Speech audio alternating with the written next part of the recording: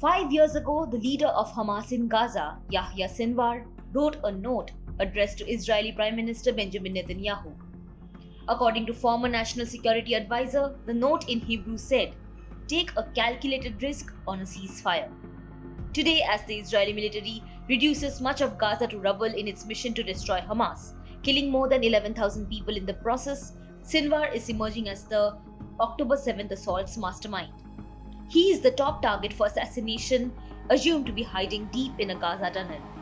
Netanyahu likened Sinwar to Hitler when he said, and I quote, "He's hiding like a little Hitler in a bunker." As per records, Sinwar and the Israelis have been watching and analyzing one another for decades. Born in a poor neighborhood of the southern Gaza town of Khan Yunis, 61-year-old Sinwar helped found Hamas's military wing in the late 1980s as the first Palestinian uprising was underway. He later took on the task of rooting out Palestinian collaborators with Israel and was responsible for killing 4 of them. Israeli military authorities at the time, still operating inside Gaza, sentenced him to life in prison in 1989.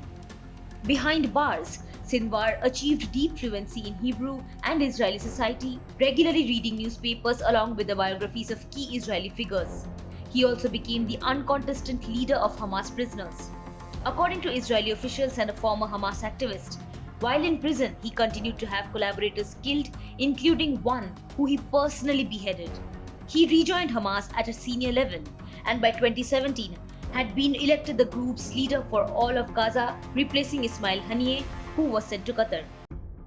After the October attack, a senior Hamas official, Ali Baraka, said that the group had prepared for October 7th for 2 years while fooling Israel into thinking it was busy governing Gaza. Planning encompassed not only the attack but also how Hamas would rule in its aftermath. While Hamas officials never spoke directly to Israeli authorities, Sinwar reportedly worked through intermediaries to persuade Israel of his group's benign intentions. As part of these efforts, he collaborated with the Palestinian Authority to negotiate Israeli work permits for some 18,000 Gazans, allowing them to work as day laborers within Israel. It was some of these workers who Israeli security officials believe drew maps of the communities and made lists of local families to orient the Hamas militants before October 7th. Since the attacks, Sinwar has not issued any statements or spoken to the press.